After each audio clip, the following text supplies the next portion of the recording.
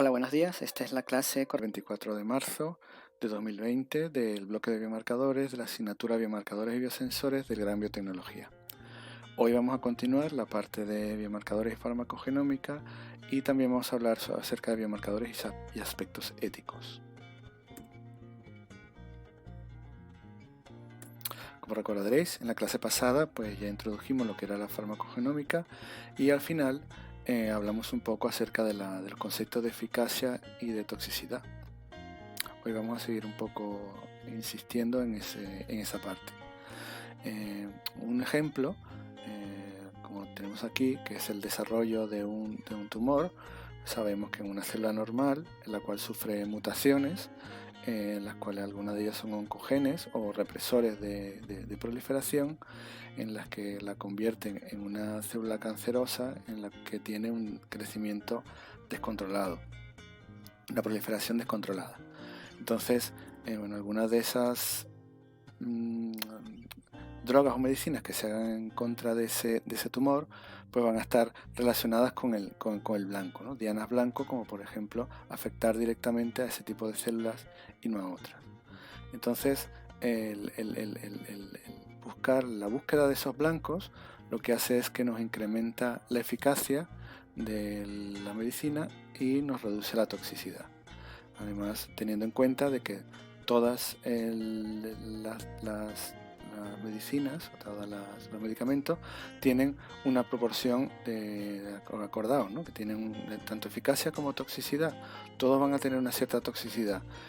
Tenemos el caso de ciertas quimioterapias en las que tienen efectos adversos, pero el resultado que se obtiene, la eficacia es lo suficientemente importante como para compensar el hecho de que se presenten esos efectos adversos. Un ejemplo en el que también se ha visto la farmacogenómica está relacionado con un mecanismo que ya conocemos, con un biomarcador que ya conocemos, que es el gen de HER2 para el cáncer de mama. El cáncer, como recordaréis, el HER2, que era un marcador de un cierto tipo de cáncer de mama,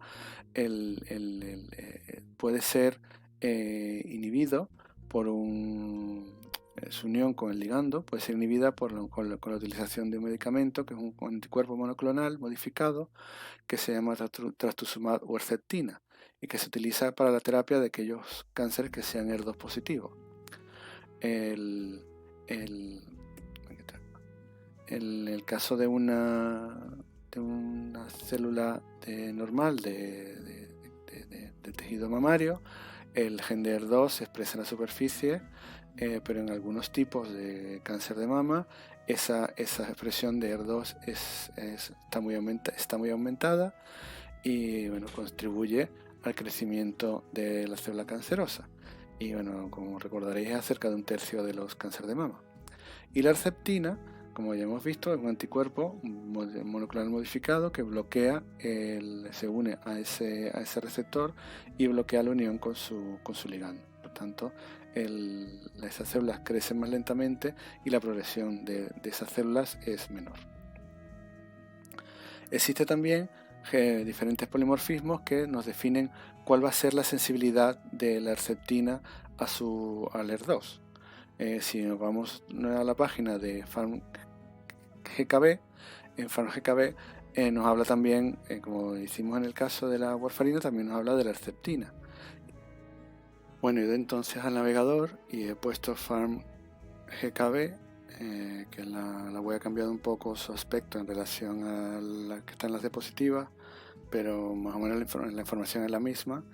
Si nosotros vamos aquí a la ayuda, tenemos una sección de preguntas frecuentes donde nos explica realmente cuál es el recurso, cómo citarlo y dónde están y quién lo lleva, ¿no?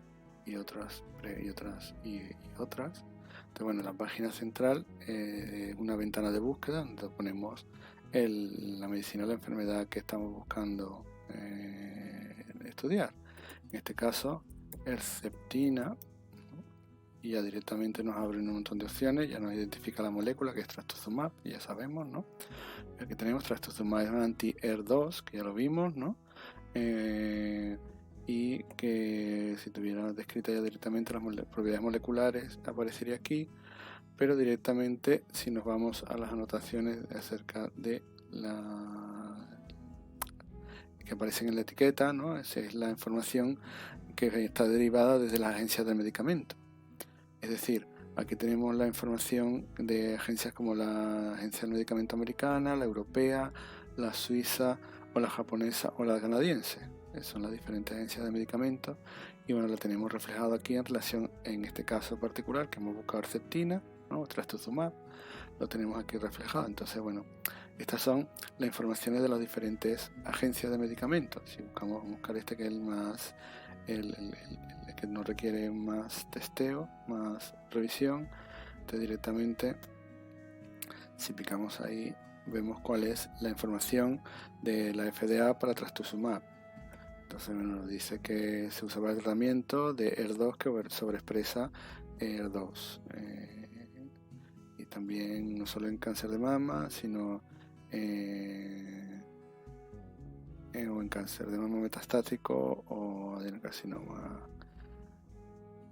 Y también habla de la supervivencia, ¿no? Utilizando este medicamento.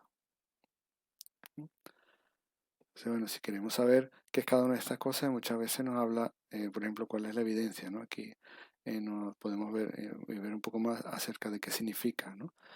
Cuáles son los niveles de evidencia y cómo ellos lo han clasificado. Si nosotros picamos directamente ahí, pues nos habla que en esas etiquetas, en esa información de los medicamentos, pues nos va a hablar de cuál es el nivel de evidencia. O sea, si es simplemente hay información acerca de cambio en eficacia, si se recomienda más test todavía o que todavía se necesitan más test. O sea, que cuán seguro es esa información, ¿no? Entonces, bueno, ahora vamos a ir, si vamos atrás otra vez, estamos en Trastuzumab. Estamos aquí. Eso es en relación a la información que hay en relación a las agencias del medicamento, bueno, drug label annotations, pero también podemos ver cuáles son la información acerca de la clínica. Entonces, bueno, aquí lo que te muestra son si hay variantes en las cuales se ha sugerido a través en estudios en los cuales se ha sugerido que puedan hacer variantes genéticas que están relacionadas con la efectividad de esa droga en particular, de ese medicamento. Entonces, por ejemplo, tenemos que variaciones en un gen, habla de qué variantes afectan la efectividad de ese gen. Si por ejemplo queremos ver lo que es, vemos que hay en la utilización de Trastuzumab para neoplasma de mama están relacionados con variantes en este gen en particular y tiene que ver con la eficacia de ese gen, ¿no? La eficacia. O sea, en pacientes que tengan diferentes variaciones en el alelo, sean 2A, AG o GG, pues tendrán o una respuesta incrementada o una respuesta disminuida a Trastuzumab. Entonces, bueno, lo que nos está indicando es que hay variaciones en algunos genes en los cuales en algunos estudios se ha visto que podrían afectar, ¿no? Y si queremos saber cuál es el nivel de evidencia, pues explicamos qué significa esto, ¿no? El nivel 2B de evidencia, pues hay una tabla, ¿no? que nos dice, ¿no? Cuál es el nivel de evidencia, ¿no? Si es una evidencia muy preliminar, de que hay pocos trabajos, una evidencia baja, una evidencia moderada, una evidencia alta, ¿no? Esto ya es a nivel de ya guías clínicas, ¿no? Y de implementación clínica. Nivel 1 es ya a nivel de implementación clínica. O sea que ya hay el caso de la 2A, que creo que es la que teníamos anteriormente, 2B, pues está ya es una evidencia moderada, ¿no? Ya se empieza a considerar como posible que la variación tiene que ver con el efecto, ¿no? de las variaciones en el efecto en este caso del Trastuzumab.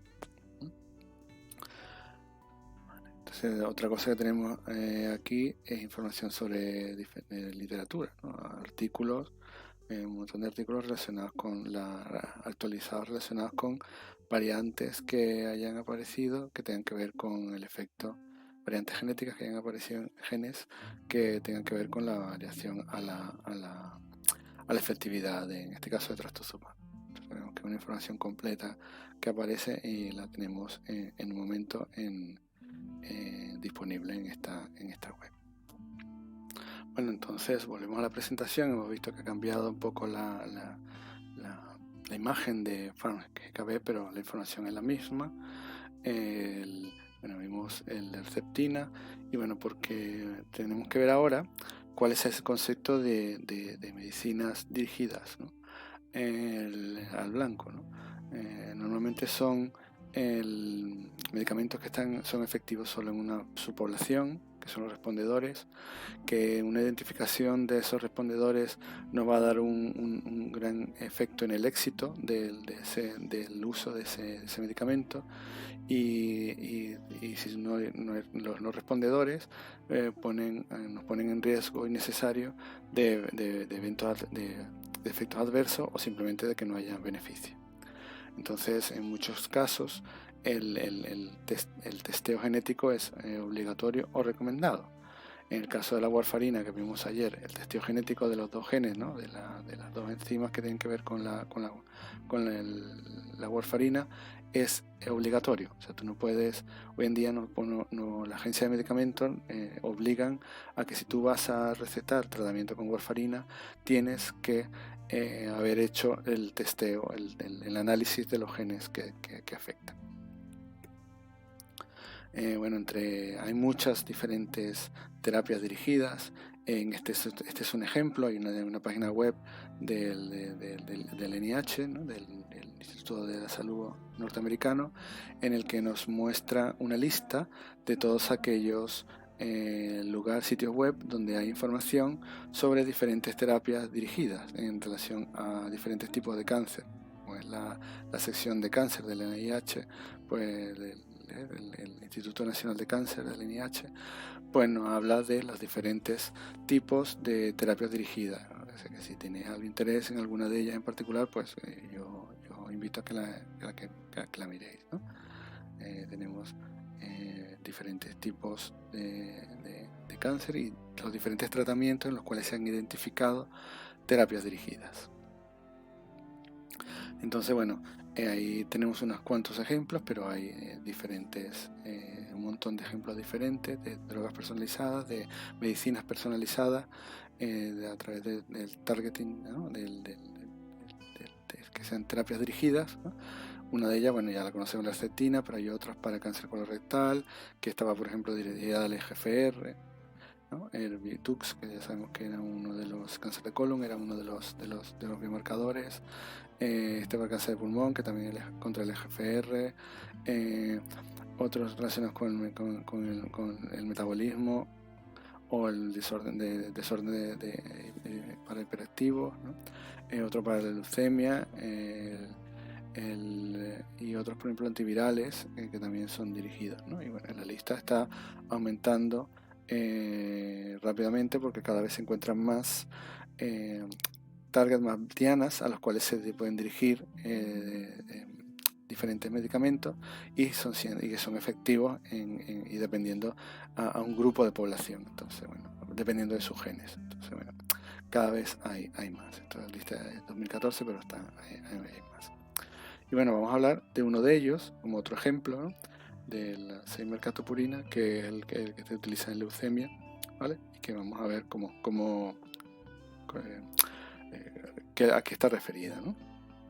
Entonces, bueno, en el caso de la farmacogenética, ¿no? La seimercatopurina es otro de los ejemplos, ¿no? Para ver cómo las diferencias genéticas pueden afectar al tratamiento con un medicamento. En la seimercatopurina, aquí tenemos la estructura, ¿vale? Se utiliza para tratar leucemia linfoblástica. Ya sabemos, ¿os acordáis de la leucemia, ¿no?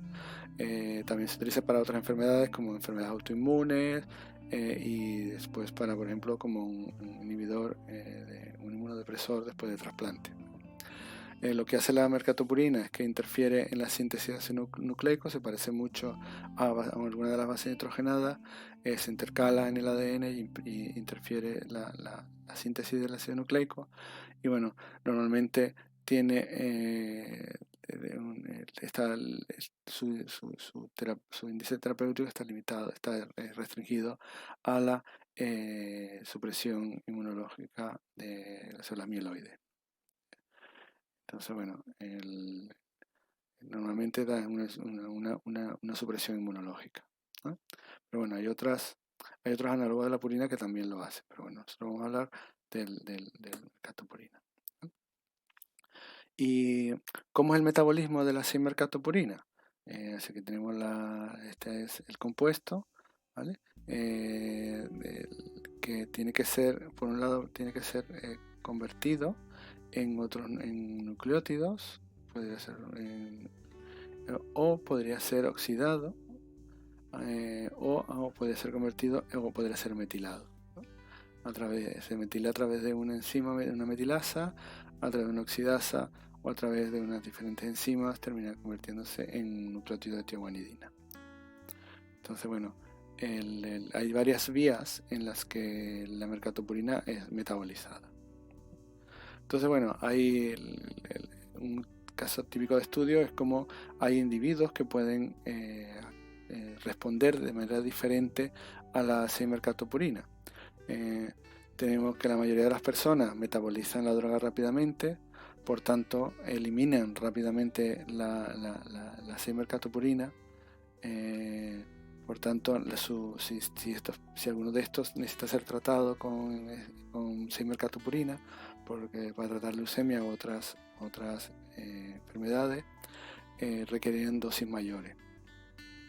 Otros metabolizan la droga más lentamente, por tanto necesitamos dar dosis más pequeñas para que no haya efectos adversos, y una pequeña proporción de los individuos metabolizan la droga muy lentamente, por tanto sus efectos pueden ser letales, se mantiene durante mucho tiempo la 6-mercatopurina.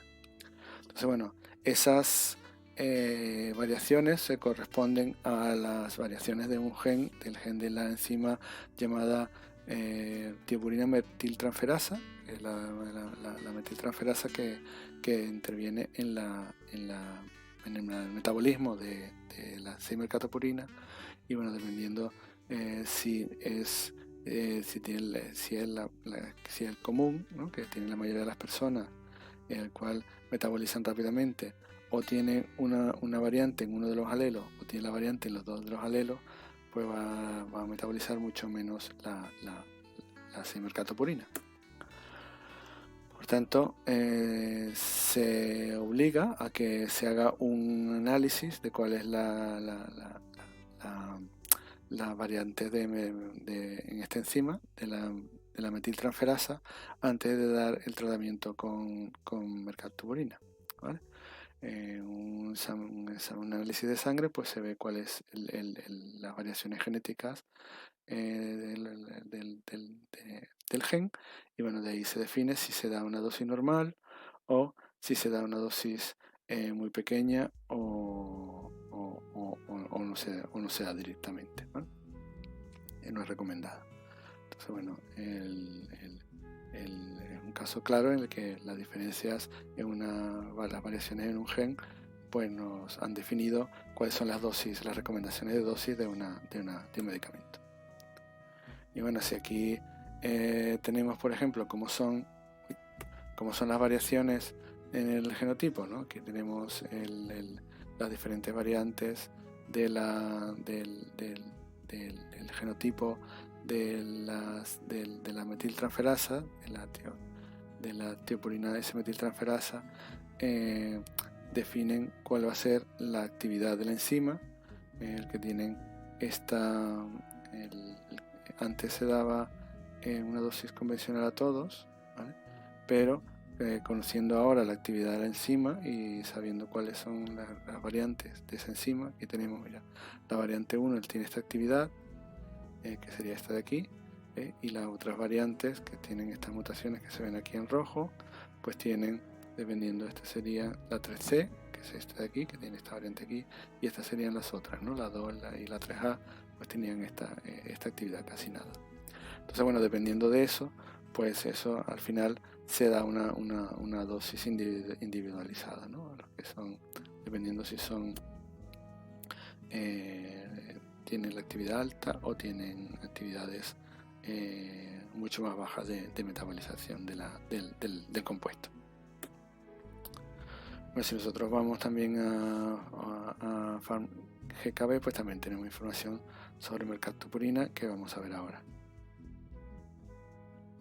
Entonces, si nosotros vamos al navegador, donde tenemos otra vez la página de PharmGKB, y nosotros ponemos mercaptopurina, nos aparece entre una de las opciones y picamos allí, ¿no? Y tenemos información acerca de lo que es, ¿no? Mercaptopurina, cuáles son los sinónimos que son, es un metabolito de esta otra molécula, cómo se metaboliza en todas las moléculas en las que se metaboliza, se convierte en base nitrogenada o se convierte en metilmercaptopurina en su metabolismo, ¿vale?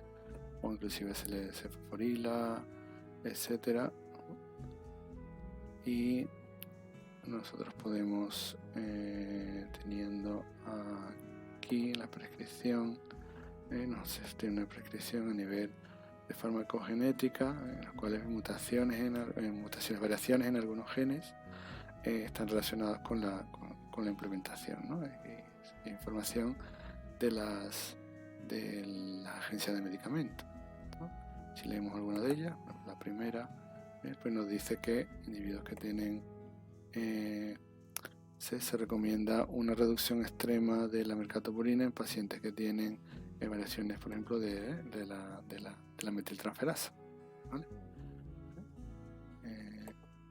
Comienza a ser un 30-80% de la dosis para pacientes que son metabolizan metabolizadores intermedios de la enzima. Entonces, bueno, que vemos claramente un ejemplo en el que un compuesto está relacionado con las dosis que se pueden dar, y hay que determinar primero cuál es la variante antes de dar el medicamento.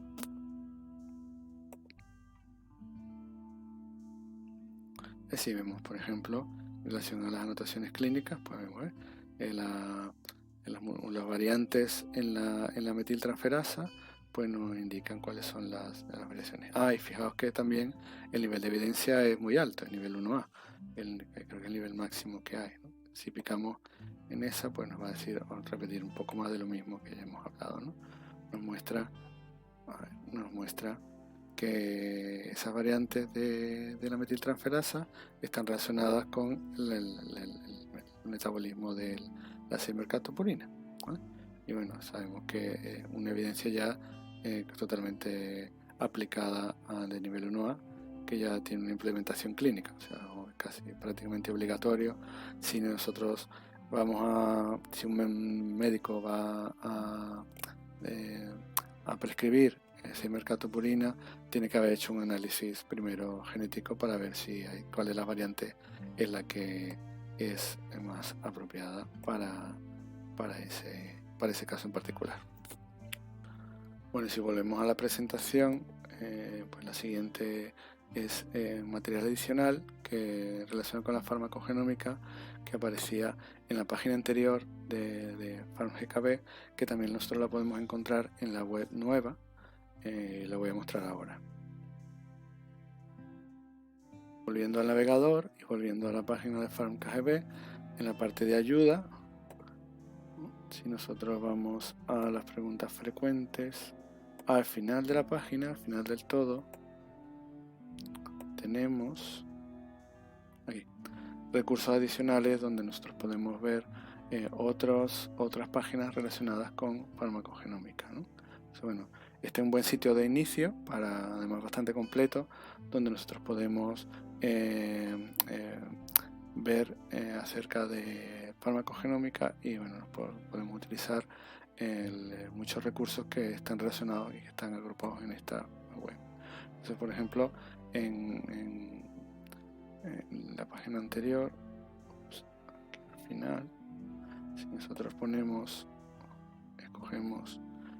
hay un curso de farmacogenómica, medicinas por diseño, y bueno, podemos ver directamente otras web que relacionadas que son muy útiles. Tenemos que hay una gran variedad de diferentes bases de datos, bases de conocimiento, consorcios relacionados con información de consorcios, etcétera, etcétera, todo relacionado con farmacogenómica. O sea que a través de esta página pues tenemos una gran cantidad de información para aprender mucho sobre farmacogenómica si nos interesa el tema. Vale, entonces volvemos a la presentación. Bueno, simplemente quería mostraros, pues, bueno, hay chip directamente de array para determinar en todas esas proteínas que forman la superfamilia del citocromo P450 para analizar un montón de variantes, ¿no? Entonces, bueno, en diferentes genes de la familia del citocromo, pues podemos ver una gran variedad, ¿no? Entonces, por ejemplo, en el caso hemos estudiado, ¿no? Las variaciones del citocromo pueden variar la sensibilidad a la warfarina, pues en otras también, como los citocromos se encargan del metabolismo de muchísimos tipos de moléculas, pues podemos, utilizando microarrays de este tipo, pues podemos analizar de una sola vez muchísimas variaciones relacionadas con la variación a la sensibilidad a un medicamento. Entonces, bueno, ¿qué hemos visto hoy en relación a la farmacogenómica? Pues hemos visto trastuzumab o Herceptina, ¿no? Como está relacionado con la farmacogenómica, lo que eran las medicinas personalizadas o dirigidas, el caso de la mercaptopurina y el caso de la información clínica, de las anotaciones clínicas en la web, en el recurso de PharmGKB, ¿no? Entonces, bueno, ahora vamos a cambiar de tema y vamos a empezar con el último de los temas del bloque de biomarcadores relacionado con aspectos éticos. Entonces, bueno, es importante saber en el caso de los aspectos éticos que hay una regulación para los estudios con humanos, ¿no? Tienen que ver también con biomarcadores, pues pueden ser para el uso de medicamentos, pero que también tienen que ver con biomarcadores, ¿no? Y tienen que ver en general con la ética clínica. Entonces, bueno, hay diferentes convenciones y recomendaciones que están relacionadas con el uso de biomarcadores, ¿no? Entonces, bueno, aquí os voy a dejar un documento y creo que todo el archivo lo encontráis en el campus virtual, donde tenéis toda la información en estudio del 2010, donde tiene toda la protección, la ética y la protección de datos que se deben tener en relación a los estudios de biomarcadores y donde salen algunas de estas diapositivas. Entonces, bueno, por un lado tenemos que tener en cuenta de que hay regulaciones relacionadas con el procesamiento de los datos personales, o sea, hay el derecho y el deber tenemos de proteger los datos de los individuos, de que haya un consentimiento informado, de que sea claramente el individuo da su consentimiento a raíz de que está bien informado y sin ningún tipo de coacción para que se haga ese estudio. Tiene derecho a la información, derecho a que se le informe acerca del propósito, acerca de los riesgos y los beneficios y los resultados de un estudio en que se participe, y todos los estudios que tienen que ver con clínica, ya sea para el efecto de un medicamento o para el uso de un biomarcador, pues tienen que estar y que utilice individuos, tienen que haber sido aprobados por un comité de ética. Entonces, bueno, el principalismo es una línea de pensamiento que se hace para para el desarrollo de los problemas éticos en la investigación clínica.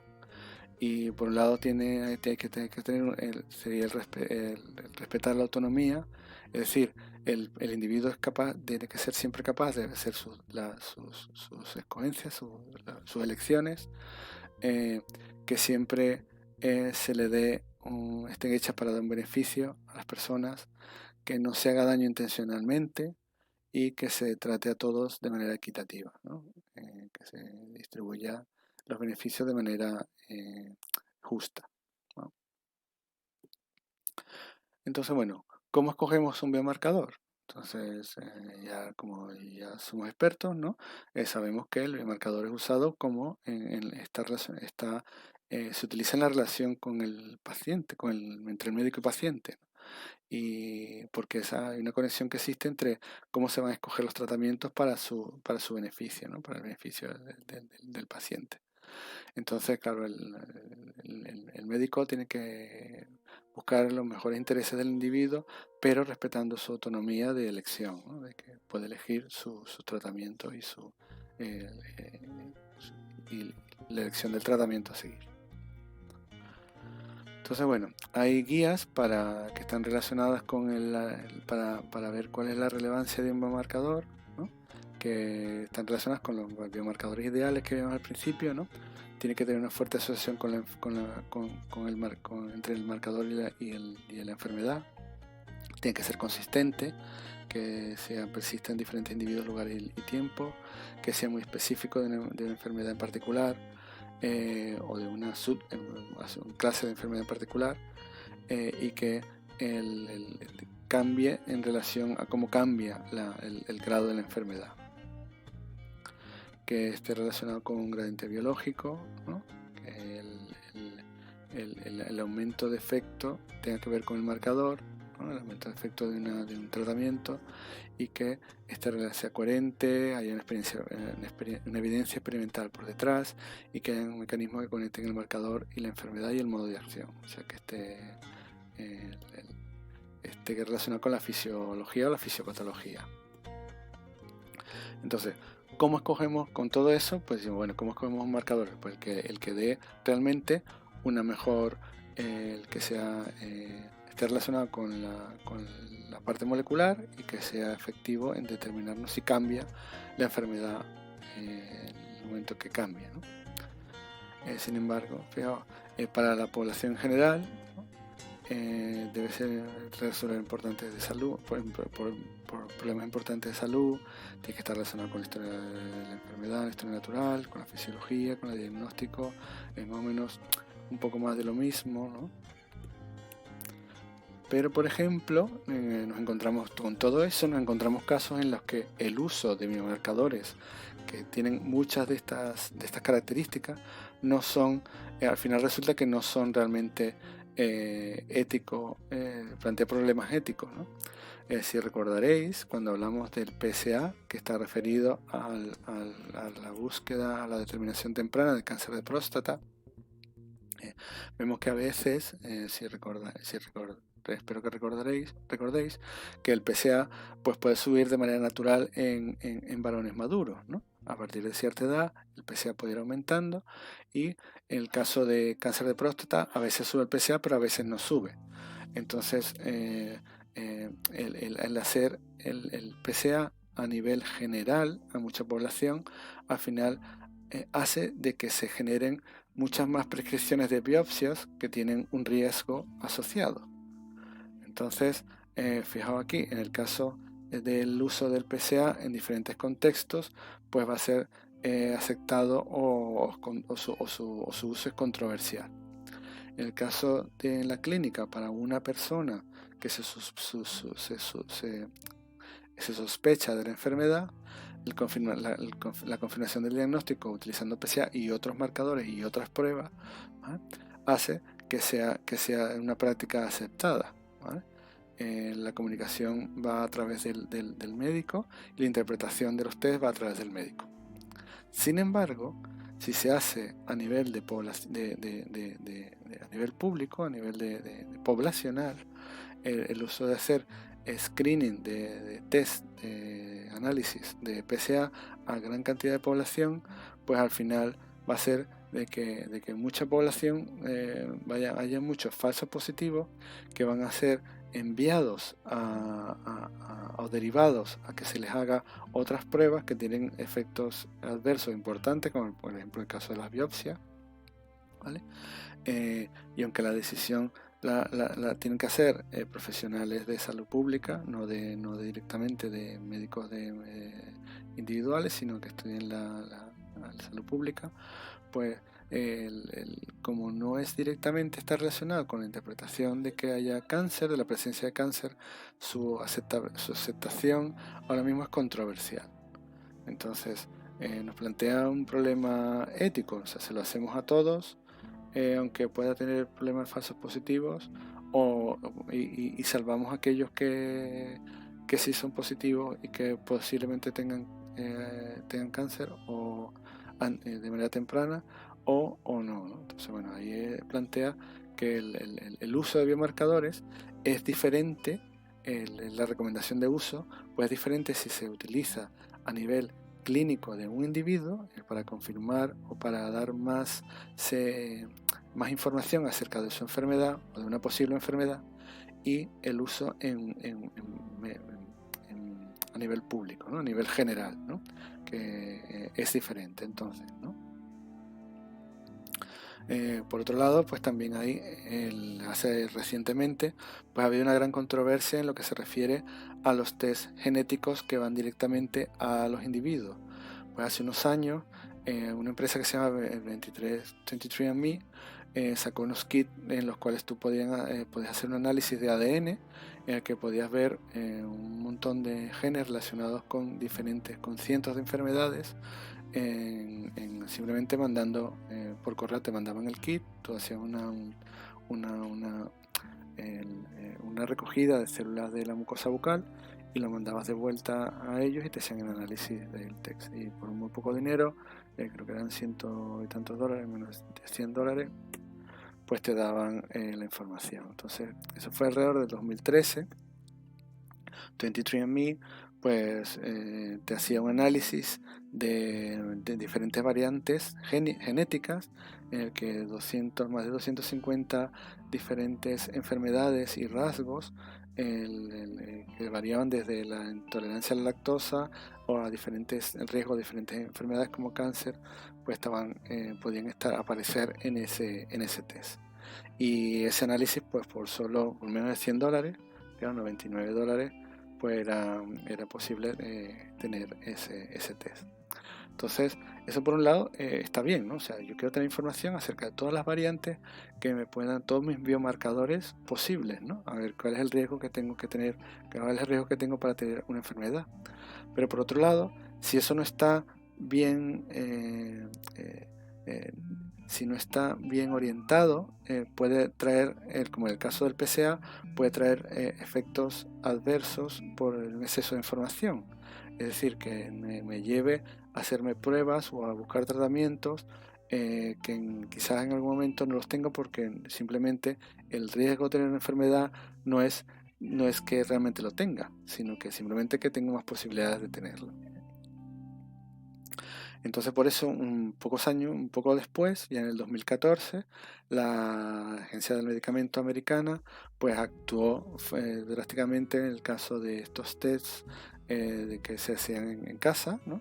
Que se podían hacer en casa, y los prohibió definitivamente, y ahora solo permite que haya ese tipo de test si está un médico de por medio, el cual puede interpretar toda esa información y pueda tomar decisiones junto con los individuos acerca de cuál es la estrategia a seguir, dependiendo de que hayan marcadores de riesgo o diferentes marcadores de riesgo para las diferentes enfermedades.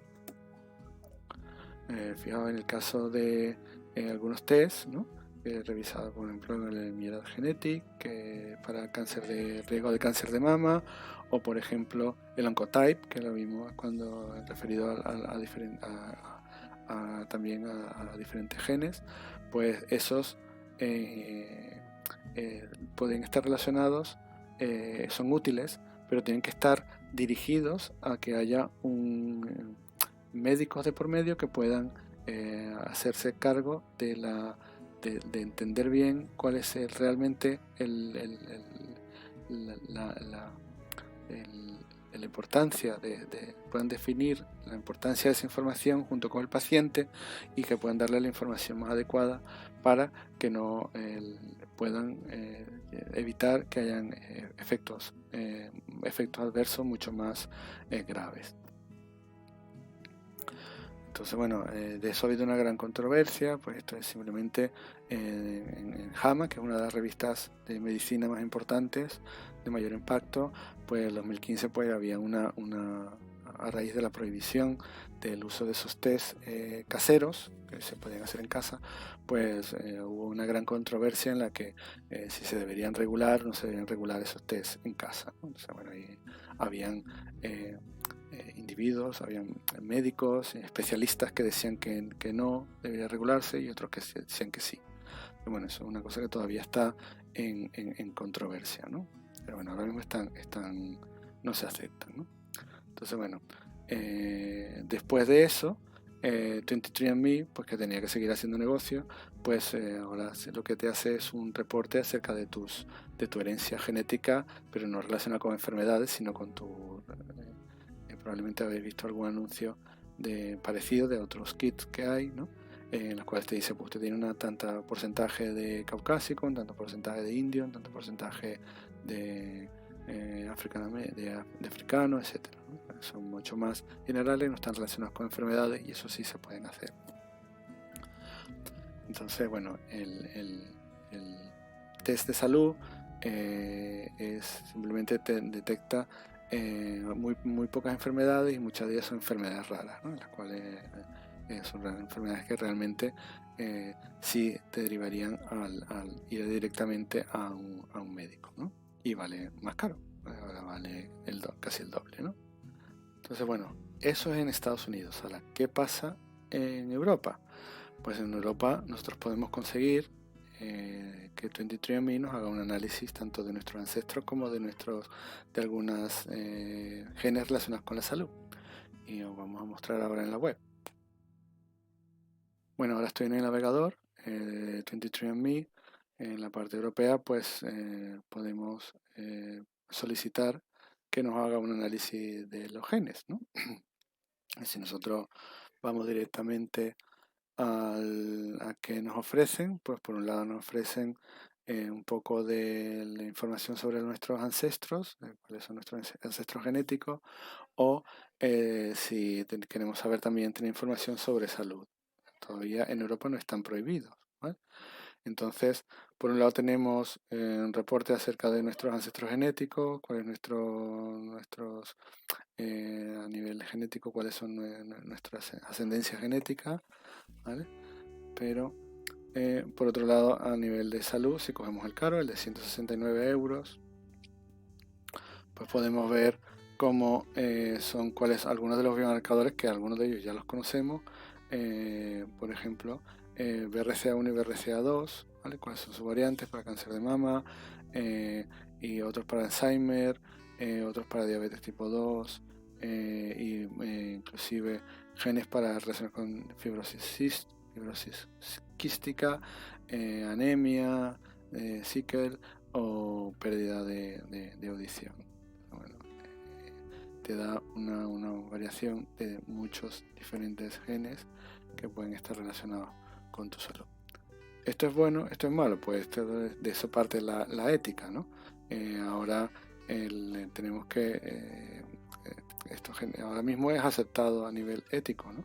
Pero claro, volvemos a lo mismo, ¿no? El tener información excesiva sin poderla entender realmente cuál es su importancia, ¿no? Puede llevarnos a hacer test innecesarios. Pues ahí están los aspectos éticos por debajo, ¿no? O sea, ¿qué es lo que debería ser? No sabemos.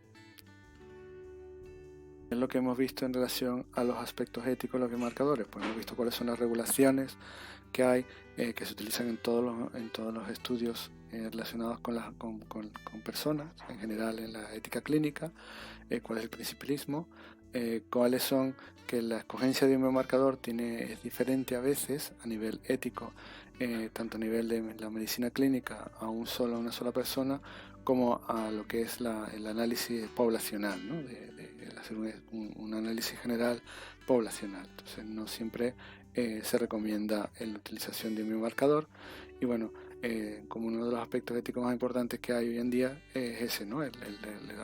Los test que van directamente al consumidor, y que todavía no está claro si hay una controversia ética entre si son realmente útiles o no son útiles, y si pueden llevar consigo la realización de pruebas de pruebas o de intervenciones que no son necesarias, ¿vale? Bueno, y con esto terminamos la clase, que es la última del bloque de biomarcadores. Espero que os haya gustado, y bueno, ya nos vemos en clase para el examen y para hablar un poco del examen, ¿vale? Venga, hasta luego.